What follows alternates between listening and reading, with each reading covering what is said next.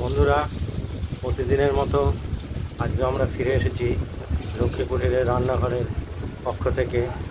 আজকের রেসিপি ইলিশ মাছের ঝোল আলু দিয়ে। মশলাটা আমরা বেটে নিয়েছি, জিরে, কাঁচা লঙ্কা, রাঁধুনি বাটনা করে নিয়েছি। আর মাছটা আমরা কেটে রেডি করে রেখেছি। আর এর সঙ্গে আমরা যে আলু দেবো, আলুটা ভেজে নিচ্ছি। নুন দিয়েছি,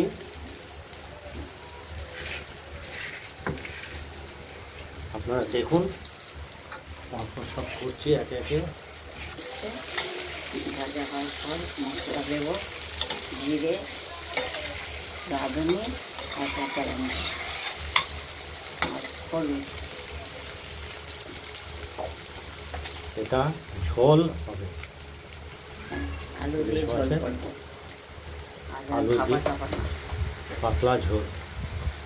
এটাও খেতে যা গরম হয়েছে তা খেতে হবে। মশলার সঙ্গে হলুদ মিশিয়ে নিলাম আগে।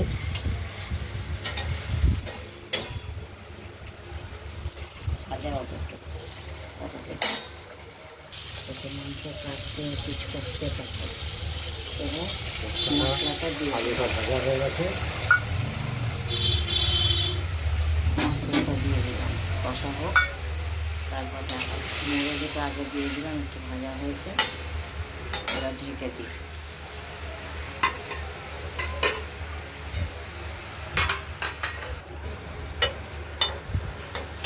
কাঁচা মশলার মধ্যে তেল দিয়ে দেওয়া হলো, আর মাছগুলো দিয়ে দেওয়া হলো। এবার নাড়াচাড়া দিয়ে মিশিয়ে দেওয়া হবে ঝোলের সঙ্গে। কাঁচা মশলার মধ্যে না, কষানো মশলার মধ্যে। হ্যাঁ, কষানো মশলার মধ্যে তেল দিয়েছি, যাতে ভাজবো না তো মাছ, এমনি করেই রান্না এর করবো। মধ্যে এটা ভাপা যেমন করে ওইরকমই হবে। এটা আলু দিয়ে ঝোল হচ্ছে। আলু দিয়ে ইলিশ মাছের ঝোল। এবার ঝোল দিয়ে দিলাম।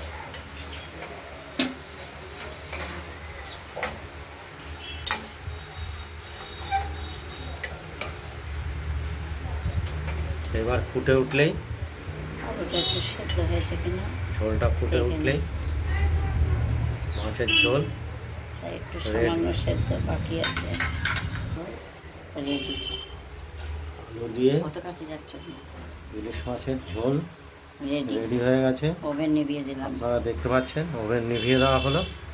এবার এরকম করে রেঁধে খেয়ে দেখবেন, খুব ভালো লাগে। সর্ষে ছাড়া, তবে জিরে, মশলাতে তারপর রাঁধুনি, অল্প আর কাঁচা পরিমাণে লঙ্কা। রাঁধুনি ব্যবহার করতে হবে। রাঁধুনি না দিলে ইলিশ মাছের টেস্ট হয় না। এরপর আমরা এটা নামিয়ে, এই ইলিশ মাছের আলু দিয়ে ঝোল রেসিপিটা আপনারা বন্ধুরা বাড়িতে ট্রাই করবেন। আর কেমন হয়েছে এটা আমাদের কমেন্ট করে জানাবেন।